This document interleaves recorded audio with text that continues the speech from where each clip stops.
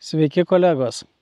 Kągi, šiandien noriu pasidalinti savo patirtimi, kaip gali rodyti štai šitas prietaisas. Tai yra Merger LRF XT50, kuris, manau, pakeis jūsų supratimą, kaip gali rodyti termovizorius.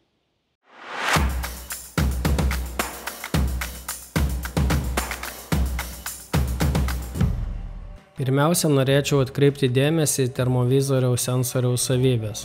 Merger LRF XT50 yra aprūpintas aukštos raiškos net 1280 ant 1024 pikselių sensoriumi, kuris rodo itin aiškų ir detalų vaizdą, net ir esant minimaliam temperatūrų skirtumui aplinkoje. Tai tikrai pravers, kai medžiosite prastomis oro sąlygomis. Dar viena naujovė, kuri man paliko gerą įspūdį, tai yra vaizdo stabilizavimas. Kaip jis veikia, prisertinot stebimą objektą ir turit šiek tiek drebantį vaizdą, nes pasididinot. Ką jūs darot? Įspaudžiat, palaikot štai šį pliusiuką ir apačioje atsiranda toksai ženkliukas, kuris rodo jum, kad įjungtas vaizdo stabilizavimas.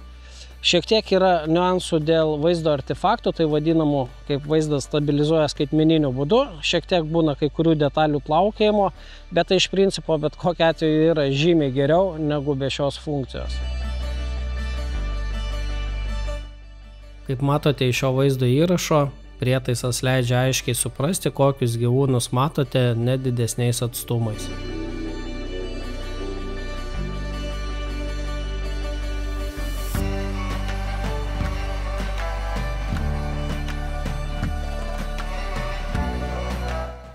(50 mm) objektyvas su f1 diafragma suteikia platų regėjimo lauką.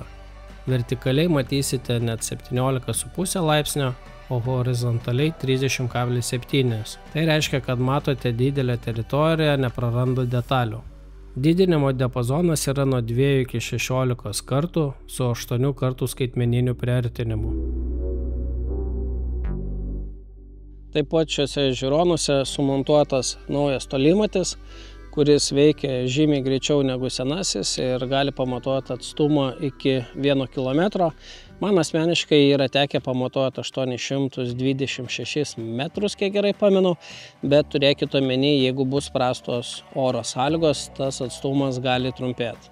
Ekranas yra pagamintas naudojant AMOLED HD technologiją su 1280 ant 960 pikselių raiška. Šis ekranas užtikrina ryškų ir kontrastingą vaizdą, o AMOLED technologija leidžia prietaisui veikti efektyviai net esant ir žemai temperatūrai.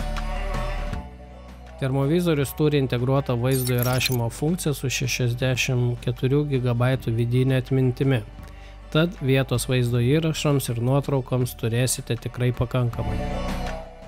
Wi-Fi ryšys leidžia sujungti prietaisą su išmaniuoju telefonu per StreamVision 2 programėlę, o jis savo ruožtu suteikia galimybę realiu laiku perkelti duomenis ar atlikti programinės įrangos atnaujinimus. Korpusas pagamintas iš magnio lydinio, kuris atlaikys įvairias oro sąlygas, o IPX7 apsaugos klasė suteikia apsaugą nuo vandens. O dabar kviečiu pasižiūrėti vaizdus, kuriuos man pavyko užfiksuoti su šiuo termovizoriumi.